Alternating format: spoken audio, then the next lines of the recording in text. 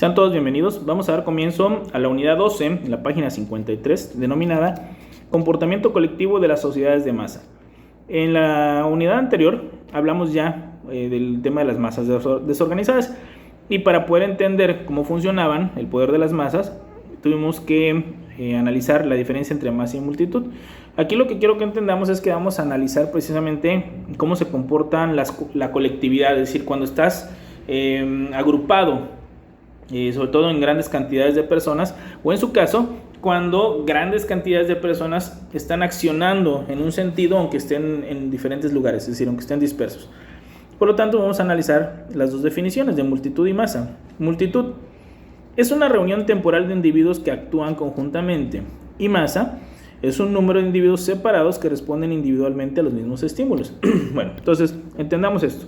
Si yo les preguntara ¿cuál es la principal diferencia entre masa y multitud? La diferencia es muy simple. La multitud está junta y la masa está dispersa. Simple como eso. Estamos hablando de mucha gente en ambos casos, pero la clave es que la multitud va a estar atendiendo a un estímulo, pero todos juntos en un lugar, concentrados en un lugar. Y la masa van a estar atendiendo un mismo estímulo, pero dispersos en diferentes lugares, pero por supuesto estamos hablando de mucha gente. Por ejemplo, si vamos a poner un ejemplo de multitud, bueno, si estamos en presencia de un concierto, vamos a pensar que fueron a ver un concierto de una feria o en el Auditorio Nacional, no sé, hablemos de unas 5,000 personas. 5,000 personas van a estar atendiendo al mismo estímulo, que es un cantante, un grupo que llegaron a ver, pero están concentrados en el mismo lugar, en una explanada de una feria, o en su caso, en el Auditorio Nacional. 5,000 personas, 3,000 personas, las que sean, ahí están, concentradas viendo y atendiendo al mismo estímulo. Esa es una multitud. Ejemplo de otra multitud, cuando acuden, no sé, creo que al Estadio Azteca le caben un promedio de 80,000, 85,000 aficionados, antes eran 120,000. Bueno, vamos a pensar que 80,000 personas acuden a un partido de la selección mexicana en el Estadio Azteca. Bueno, son 80,000 personas que se están concentrando en el mismo lugar para atender el mismo estímulo, que es un partido de fútbol. Otro podría ser un mitin político en candidatos. Generalmente un candidato hace sus mítines políticos en los parques centrales de los diferentes municipios, o en el Zócalo de la Ciudad de México, en el caso de la Ciudad de México, ¿no? Bueno, vamos a pensar aquí en Tapachula, no sé, vamos a imaginar que se hace un mitin político en lo que es la explanada que está frente al Palacio Municipal, que le puedan entrar, vamos a poner algo relativamente tranquilo, 1,000 personas ahí, 1,000 personas atendiendo a un candidato. El estímulo está viniendo del candidato, todos están respondiendo a ese estímulo, pero están concentrados precisamente ahí, en lo que es esa explanada frente al Palacio Municipal. Ahí hay 3 ejemplos de multitud que están concentrados respondiendo al mismo estímulo en un concierto, otro puede ser un estadio de fútbol, y en el último una explanada de un parque respecto a lo que es un candidato a un cargo de elección popular. En el caso de la masa, nos dice acá que es un número de individuos separados que responden individualmente a los mismos estímulos. Pero obviamente también estamos hablando de volumen de gente. Vamos a poner algunos ejemplos. Retomando el tema del partido de fútbol. Por ejemplo, la selección mexicana juega partidos amistosos, juega partidos del Mundial cuando califica, y algunos partidos los juega en Estados Unidos, otros en México y por supuesto donde sea el Mundial. Por ejemplo, en el Mundial de Rusia, Rusia 2018, México jugó un partido contra Alemania, muy recordado por todos los mexicanos porque México por primera vez en un Mundial logró ganarle a Alemania 1-0, y aparte fue el primer partido de la selección mexicana, entonces tuvo mucha audiencia. En el estadio hubo una multitud. No sé cuántas personas le pudieran entrar al estadio en Rusia, ¿no? Vamos a pensar que pudieran tener una capacidad de 40,000, 50,000 personas. Los que estaban ahí eran la multitud respondiendo a lo que pasaba en la cancha. Pero a nivel mundial, habían muchos millones de mexicanos. Nosotros en el país somos 130 millones de mexicanos, y hay otro tanto más de mexicanos en Estados Unidos. Vamos a pensar, no vamos a hablar de todos, pero vamos a suponer que 50 millones de mexicanos estuvieran viendo el partido de la selección mexicana contra Alemania en el Mundial de Rusia 2018 a la misma hora. Es decir, todos viendo el partido prendieron la televisión, en la televisora que ustedes gusten, pero viendo el partido de fútbol en la que México le ganó a Alemania. Esa es la masa. Es decir, todos los mexicanos que vimos ese partido en su momento a la misma hora, pero dispersos, unos en Chiapas, otros en Veracruz, otros en Los Ángeles, California, otros en Monterrey, otros en Mexicali, otros en la Ciudad de México, otros en Guadalajara, es decir, en las diferentes partes del país. Y vamos a pensar, los mexicanos en las diferentes embajadas del mundo, es decir, los mexicanos están en la embajada de Panamá, los mexicanos están en la embajada de China, etcétera. Todos viendo el partido nos convirtió en ese momento en una masa que atendía al mismo estímulo y que en el momento en que cayó el gol, el único gol del partido, hizo que las emociones en los diferentes lugares que acabo de comentar, y por supuesto todos los que no comenté, que se estaban viendo el partido, viniera una emoción por parte de quien le iba a los mexicanos, obviamente todos los mexicanos, pero seguramente habrá alguien más sin tener nuestra nacionalidad que le iba a México, que gritó gol. Es decir, hubo una reacción en base al estímulo que genera precisamente el gol en un partido donde estaba jugando la selección de nuestro país. Bueno, ahí estamos en presencia de la masa. Otro ejemplo de masa. Sabemos que en México son muy vistas las telenovelas, entonces vamos a imaginar que una telenovela que tiene los mayores niveles de audiencia, no sé cuál puede ser ahorita, Televisa ha tomado desde hace tiempo la opción de pasar las telenovelas de lunes a viernes, pero el final de la novela, cuando tiene mucha audiencia esa novela, lo pasan a los domingos. Entonces el domingo es un día que generalmente la gente está más en casa, que no tiene que salir a laborar, y da la oportunidad de que pueda tener mayor audiencia el programa, y por supuesto los patrocinadores van a cubrir de mejor forma y van a pagar más a la televisora. Entonces lo que acontece muchas veces con el tema de las telenovelas es que un capítulo, que generalmente es el capítulo final de una telenovela, genera mucho rating, es decir, mucho nivel de audiencia sustentado en que tiene mucho interés o que ha llamado mucho la atención el tema de la novela. Pero lo cierto es que en ese mismo momento, en diferentes partes del país, y repito, los canales de Televisa se ven en toda Latinoamérica y Estados Unidos, pueden estar atendiendo el final de una novela, viendo el programa en ese mismo momento, y estamos hablando de que es la masa, está atendiendo a un mismo estímulo. Aquí estamos hablando de algo trivial hasta este momento, ¿no? Que podría ser un partido de fútbol, lo que podría ser una telenovela, pero también hemos visto cómo se han dado situaciones fuertes y graves, sobre todo lo vimos en Estados Unidos, cuando hace algunos meses unos policías, haciendo uso de la fuerza, terminan asfixiando, es decir, terminan matando a una persona de raza negra, y que propició que en diferentes partes del país, es decir, en diferentes partes de Estados Unidos y también en diferentes partes del mundo, es decir, también en Europa, incluso en México hubo una marcha también, empezaran a movilizarse en diferentes partes, no solamente gente de raza negra, sino de las diferentes razas que viven en Estados Unidos y en otras partes del mundo, en contra de la violencia contra precisamente la comunidad afroamericana que se ha vivido en Estados Unidos y en general contra el racismo, ¿no? Entonces, diferentes lugares, diferentes personas en diferentes partes del mundo reaccionando a un estímulo, ¿cuál? El asesinato por parte de un policía hacia una persona de raza negra de Estados Unidos, que por supuesto no había sido enjuiciada. Lo estaban deteniendo, pero recuerden que existe siempre la presunción de inocencia. Tú no eres culpable hasta que lo demuestren, y por lo tanto ahí no sabían si era culpable y lo terminaron asfixiando. Entonces ahí vemos cómo la masa responde a un estímulo pero dispersa, ¿sale? Entonces, repito, la principal diferencia, y eso seguramente será una pregunta en alguna actividad que les dejaré, la principal diferencia entre multitud y masa es muy simple. La multitud está junta respondiendo a un estímulo, la masa está dispersa, pero también respondiendo a un estímulo. Es decir, son volúmenes de gente, de cantidades de gente grandes, pero una está junta en un lugar y la otra, la masa, está dispersa.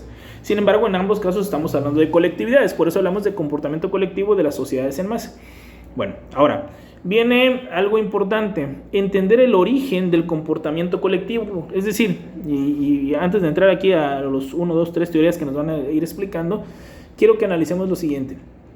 Cada uno de nosotros ha estado en situaciones en las que pertenecemos a una colectividad.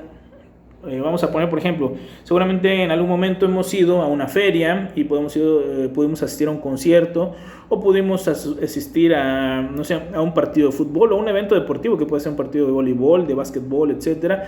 Hemos acudido quizá a algún mitin político, es decir, hemos estado dentro de una colectividad que está atendiendo un estímulo, como lo sería una multitud, pero también hemos sido parte de la masa. Cuando estamos viendo, les puse como ejemplo un partido de fútbol que está viendo todo el mundo al mismo tiempo, por ejemplo, la final del Mundial seguramente tiene más televidentes que el partido de la selección mexicana, pero al final de cuentas todos hemos sido parte de eso. Aquí lo importante es ver, por eso habla de origen del comportamiento colectivo, es por qué tomamos decisiones distintas cuando estamos en una colectividad a cuando estamos de manera individual. Seguramente habrá quien se comporte igual en una colectividad y de manera individual, pero en la mayoría de los casos, cuando estamos dentro de una colectividad, nuestro comportamiento se torna distinto. Es decir, como que a veces las restricciones que ponemos a nuestro comportamiento cuando estamos solos, de manera individual, a veces las quitamos cuando estamos de forma grupal. Solamente pongo este ejemplo para que lo mediten y después iniciamos con las teorías. Cuando hay un partido de fútbol, y sobre todo en México en los últimos años, se le gritaba un insulto al portero del equipo contrario cuando despejaba. Es decir, ¿por qué insultar? ¿Por qué agredir al portero del equipo contrario en el momento que iba a despejar? El tema es que era un estadio completo, o casi todos en los diferentes estadios del país insultaban al portero contrario. De manera individual, en la calle, no iba a andar una persona insultando a todos de esa forma. Es decir, el comportamiento individual era uno y cuando estabas en la colectividad venía una transformación, te comportabas de otra manera. Entonces, dejo esto nada más como parámetro, después vamos a retomar ese mismo ejemplo para algo en específico, para que nos demos cuenta cómo el ser humano se comporta en muchas ocasiones distinto cuando está en una colectividad a cuando está de forma individual. Ahora sí, origen del comportamiento colectivo. 3 teorías intentan explicar el comportamiento colectivo. Cuando hablamos de colectivo pueden ser de masa o multitud. Aquí van a ser algunas especificaciones, ¿no? Teoría del contagio. Hace hincapié en el proceso psicológico de sugestión y manipulación. Las palabras sugestión y manipulación son aquí la parte clave para entenderlo. Sugestión, es decir, que en mi mente empieza a haber un proceso que me genera una predisposición hacia algo. Y generalmente viene a través de una manipulación. Ejemplo, cuando estamos viendo una película de terror, y vamos a pensar que todavía hay gente que le gusta mucho eso, ver las películas de terror en la noche. Y vamos a pensar que las películas de terror de las fuertes, ¿no? Porque hay de todo tipo, de esas que son muy fuertes. Mientras estás viendo la película, pues la gente a la hora que está viendo la película y pasa algo porque juegan con las emociones dentro de la película, de repente sale algo que te asusta, a más de uno lo hace gritar, lo hace brincar, por supuesto lo asusta. Así te traen durante toda la película, te asustan, te espantan con algún asesino en serie, con fantasmas, con lo que trata la película, ¿no? Pero al final de esa película, que ya, no sé, vamos a pensar 10 de la noche que la estás viendo, si estás en tu casa y de repente dices, bueno, es que hay que bajar por un vaso de agua, o hay que ir a la cocina por un vaso de agua, más de una persona, más allá de que sabe que la película era eso, una película, era ficción, le empieza a dar miedo ir a la cocina por un vaso de agua. Bajar escaleras ya ni se diga. Hay un pasillo oscuras, no quieres ir. Y empiezan a echarse la bolita, ¿no? ¿Quién va por el vaso de agua, no? Porque alguien tiene sed y nadie quiere ir. Pero al final de cuentas el que termina yendo, y créanme, nos pasa a todos, yo creo, sobre todo cuando estamos muy pequeñitos, tienes que ir y empiezas a poner todas las luces de la casa como si fuera un arbolito de Navidad, ¿no? O sea, vas avanzando y todas las luces. ¿Por qué? Porque te da miedo, en base a lo que en tu mente acaba de entrar por el hecho de ver una película de terror. Crees, o sea, bajo el esquema de la sugestión, de la manipulación que generó esa película en tu mente, que se te va a aparecer el asesino en serio que viste ahí, o que se te va a aparecer un fantasma. Y tú crees que prendiendo la luz vas a ahuyentar al fantasma, vas a ahuyentar precisamente al asesino en serie que crees que se te va a aparecer en ese momento, ¿no? Entonces nos damos cuenta que quedamos bajo el efecto precisamente de la sugestión que genera una película de terror. Obviamente manipulan esas emociones para que la gente lo vea y lo consuma.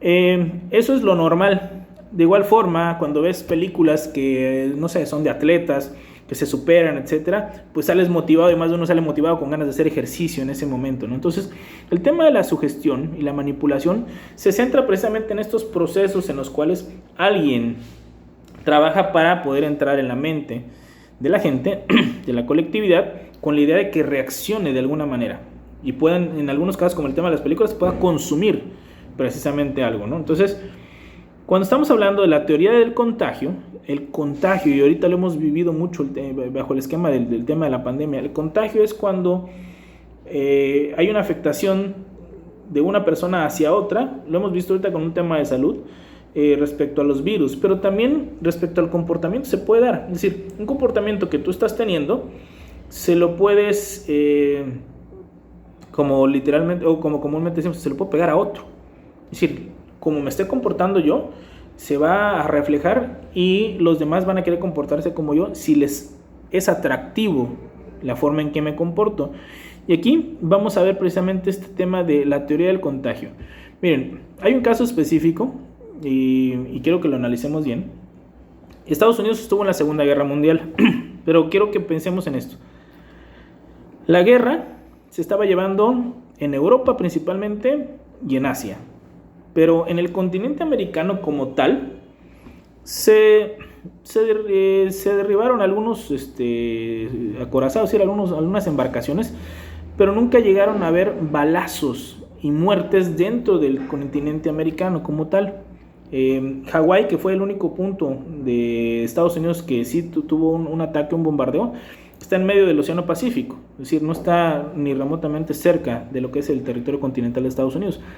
Entonces, ¿cómo entender que una guerra que se estaba llevando a cabo en el otro lado del mundo hizo que tantos miles de norteamericanos decidieran enlistarse en el ejército para ir a luchar una guerra que estaba del otro lado del mundo, que no estaba afectando directamente su casa, su ciudad, etcétera, y que fueran con ese ánimo de ir a combatir y que aun cuando les decían que estaban muriendo muchos norteamericanos allá, se enlistaban más y más y más?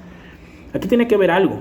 Y en una película, esta es ficción por supuesto, en la película de Capitán América, seguramente todos la han visto, la primera, hay una parte en la que te explican de una forma cómo se dio el reclutamiento de las personas que se sumaron, de los hombres que se sumaron a la Segunda Guerra Mundial como soldados. Ahí te presentan, el protagonista, el Capitán América, te presentan a una persona que se quiere enlistar en el ejército, pero es muy débil físicamente hablando, es decir, es bajito de estatura, es muy delgado, tiene una apariencia de una persona enfermiza, y que por lo tanto cada que él intenta enlistarse en el ejército, siempre se lo niegan, porque obviamente lo ven muy débil para ir a poder pelear, en este caso, la Segunda Guerra Mundial. Pero él estaba con ese afán de enlistarse. ¿Y por qué? Y aquí viene la parte importante, la teoría del contagio. Porque él se contagió precisamente de esas ganas de luchar, de ese patriotismo que veía en los jóvenes de su edad. Los jóvenes de su edad veían, y creo que hay una parte de la película donde se ve que están están en el cine y ven las noticias de lo que está pasando en Europa, en donde se está luchando contra los nazis, se ridiculiza incluso a Hitler, etc. Y entonces todos los jóvenes de la época, en ese afán de luchar, del patriotismo, sin dimensionar de la forma correcta lo que es una guerra, sino viéndolo de una forma así como heroica, de honor, se empiezan a enlistar. Y entonces él, el protagonista, al ver que todos se están enlistando, él quiere enlistarse porque se siente mal al no sumarse a esa lucha donde todos sus amigos, todos sus compañeros de la misma edad se están sumando, y cada vez lo rechazaban y lo rechazaban y lo rechazaban. Pero hay un punto de la película, y aquí es donde viene el tema de la sugestión y la manipulación, en la que el protagonista se para frente a un póster, el póster del tío Sam, que fue un póster muy famoso que ayudó precisamente al reclutamiento de muchos jóvenes en aquella época. Parte de la manipulación que yo les comentaba es lo que aparecía en el cine, ¿no? Le hacían ver a quien estaba en una sala de cine que lo que estaba pasando en otra parte del mundo era una guerra que había que lucharla allá antes de que llegara al continente americano, y que había que combatir a alguien que era pues lo peor, ¿no? Que era Hitler precisamente. Entonces te empezaban a manipular a través de lo que eran esas noticias en el cine que se manejaban en aquella época, para que tú fueras generando ese sentimiento patriota, ese sentimiento de que luchar allá antes de que venga aquí la guerra. Pero el póster que les comento es un póster muy famoso, en donde está el tío Sam. El tío Sam es una persona, es un anciano, que trae un saco y un sombrero con los colores y la bandera de Estados Unidos.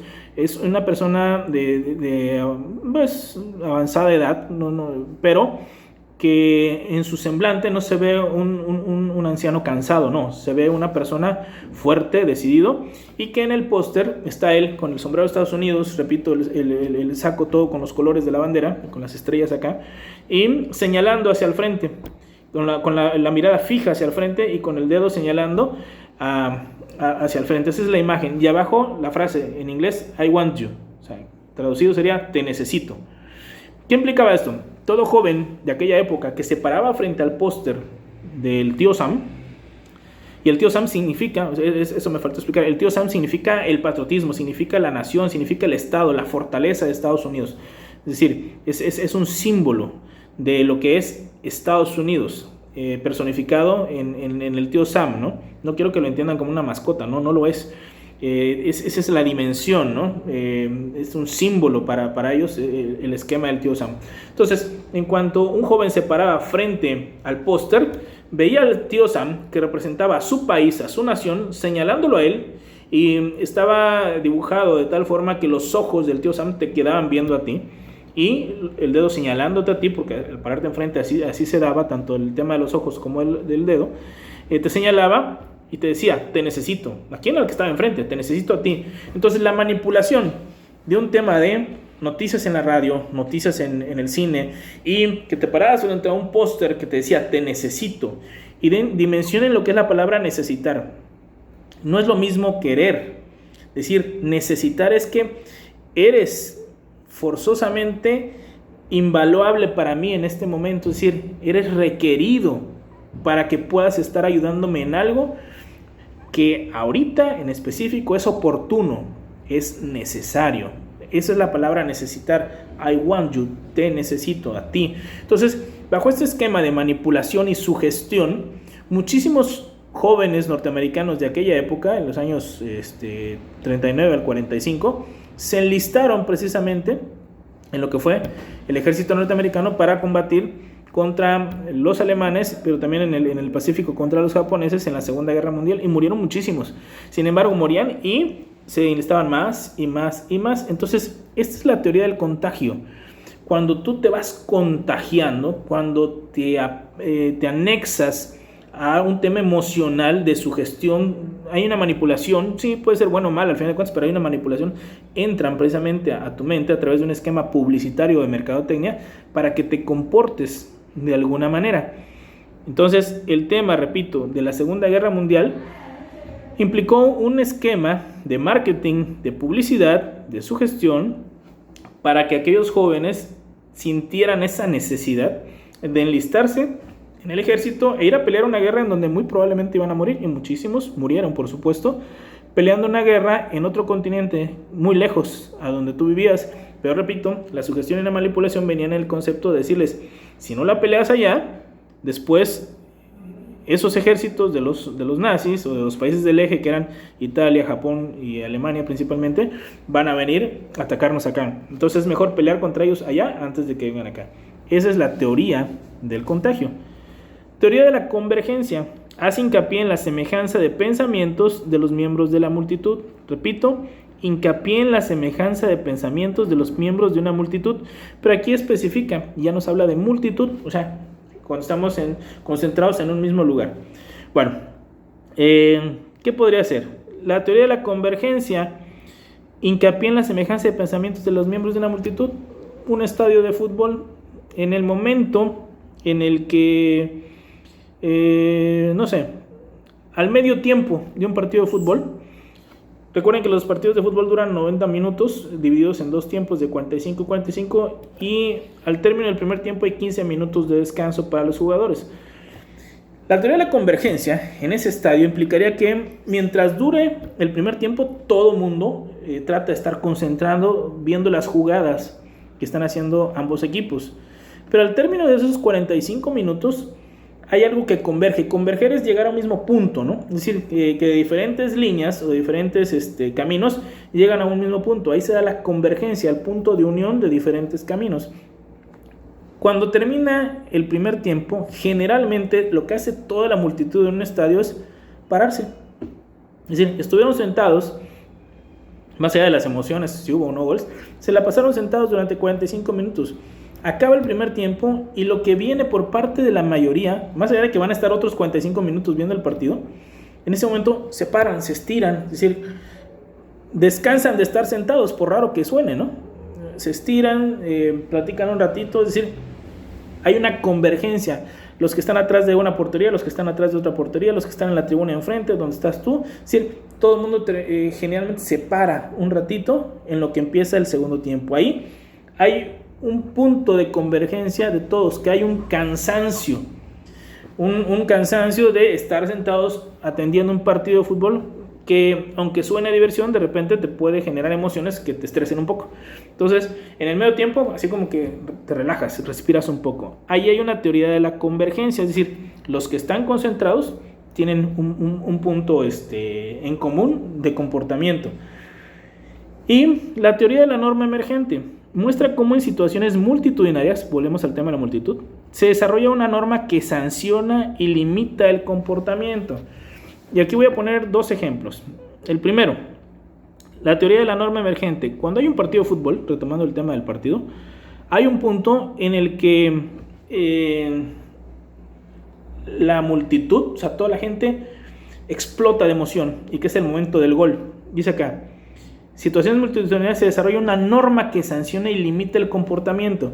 Un partido puede estar hasta aburrido, pero en el momento que cae el gol, y el gol puede caer hasta a través de un autogol, las emociones estallan y la gente generalmente cuando viene un gol, viene un momento en el que se ponen de pie y ustedes seguramente lo han visto, la bebida que tienen más de uno la tira. Si pagaste por una bebida, pero la tiras en ese momento, es el momento de la felicidad, del estallido, y cometen precisamente lo que yo les comentaba, que de manera individual tal vez no lo harías, tirarle a alguien en la cara, y en ese momento, en ese anonimato lo tiras y no te importa. Entonces, la teoría de la norma emergente aquí dice que en un esquema multitudinario de repente va a haber algo que rompe el equilibrio. Y en un partido de fútbol lo que va a romper el equilibrio precisamente es el gol. Cuando cae el gol vienen las emociones, el estallido, los gritos. Y dense cuenta, es algo que generalmente no controlamos. En automático se grita gol. O sea, podría solo brincar o aplaudirnos, pero la gente brinca, está y grita gol. Es la emoción, ¿no? Por supuesto, si es de tu equipo el que está metiendo el gol, ¿no? Pero lo que cambia el comportamiento de punto de equilibrio entre un partido es el gol, para bien o para mal. El que le va al equipo que metió el gol, de felicidad, y al que le metieron el gol, o sea, el aficionado del equipo contrario, pues en ese momento se enoja, se entristece, etc. Pero lo que rompió el equilibrio fue precisamente este esquema. Y el segundo ejemplo que les voy a mencionar es algo que sucedió ya hace, creo que más de 10 años. Hay un fotógrafo a nivel internacional que realiza fotografías a multitudes desnudas. Hace convocatorias, tiene rato que ya no escucho de su trabajo, pero hace 10 años estuvo yendo a las capitales del mundo, fue a París, vino a la Ciudad de México, estuvo en Berlín, en donde convocaba a personas mayores de edad para que se desnudaran, se subieran por ejemplo en el caso de México fue en el Zócalo, y tomaba fotografías desde puntos altos de una multitud de gente desnuda, solamente los colocaba de diferentes formas para que se vieran la multitud con formas, ¿no? Pero tú ya no distinguías la individualidad dentro de un gran grupo de personas desnudas. El tema aquí fue que pues, se solicitaban mayores de edad, tenían que registrarse, demostrar que eran mayores de edad, pero cuando se da esto en la Ciudad de México, fue a las 6 de la mañana si no me equivoco, pide que los hombres y las mujeres se cambien en diferentes lugares, de un lado de la calle uno y de otro lado de la calle otro. Se desnudan, suben a lo que es la plancha del Zócalo y empiezan a tomarse fotografías. El tema de la desnudez era lo habitual. La desnudez era lo habitual y por lo tanto, pues ya la gente no se estaba viendo con morbo. Eso pues era lo más natural porque ya lo común era la desnudez. Pero llegó un punto en donde él terminó de tomar las fotografías donde estaban hombres y mujeres. La gente que participó de eso lo platicaba de forma hasta divertida. Decía, bueno, pues tema la desnudez, las fotografías, participando en algo que no es nada común. Pero él al final le pide a los hombres que se retiren y que se vistan porque ahora va a tomar una fotografía solo a las mujeres. Cuando esto sucede y los hombres se cambian, empiezan a silbarle a las mujeres y a decirle un montón de piropos o de vulgaridades que hacen que las mujeres se cubran obviamente el cuerpo cuando habían estado con ellos dentro de la plancha del Zócalo durante ya más de media hora, más de una hora, desnudas sin problema, pero ellos también antes estaban desnudos y ahora estaban cambiados. Entonces, el comportamiento que había tenido un punto de equilibrio se rompió, es decir, como dice acá, hay una norma que sanciona y limita el comportamiento. ¿Cuál fue aquí esto? ¿Por qué los hombres se comportaron de esta manera misógina al empezar a silbar, a empezar a decir vulgaridades hacia las mujeres? Totalmente reprobable, por supuesto, porque el fotógrafo al final de cuentas cometió un error, decirles que se cambiaran ellos primero, y al estar vestidos empiezan ellos a comportarse de esta manera, rompen el equilibrio de cuando todo el mundo estaba desnudo, y las mujeres, más allá de que ya habían sido vistas por esos mismos hombres desnudas, en ese momento, al sentirse ya vulneradas, vuelven ese tema el pudor y se cubren, ¿no? Entonces, estamos en presencia de que hubo un error de logística por parte del fotógrafo. Seguramente tuvo que haber pedido a la inversa o decirle a los hombres que fueran otras calles más a cambiarse, no lo sé, pero al final de cuentas, el comportamiento que había sido armonioso entre hombres y mujeres desnudos dentro de lo que es el Zócalo, en el momento que ellos se cambian por instrucciones del fotógrafo y que las mujeres quedan desnudas ahí, viene un cambio de comportamiento en los hombres y por supuesto como reacción en las mujeres, derivado de como dice acá, de esta norma que sancionó y limitó, es decir, la instrucción del fotógrafo para las últimas fotos que quería tomar única y exclusivamente a la multitud de mujeres, excluyendo a los hombres. Entonces, vamos viendo este tipo de teorías. Una teoría, y eso quiero aclarar, una teoría es eso, es una forma de explicar algo, no es una verdad absoluta. Es decir, son mecanismos o formas de explicar que han sido analizados, por supuesto, por gente a través de mecanismos científicos para poder llegar a estas conclusiones, pero nosotros también podemos optar por entenderlas, creerlas o no, o generar nuevas teorías. Concluimos la presente lección hasta ahí. Después veremos en la siguiente lección características ya del comportamiento multitudinario y del comportamiento de masas, es decir, ya separándolas, ver cómo en un comportamiento multitudinario o en una multitud nos comportamos de una manera en específico, y cuando estamos en masas también tenemos comportamientos un poco más desorganizados, ¿no? Bueno, pero eso lo veremos a través de la siguiente lección. Que tengan muy buen día.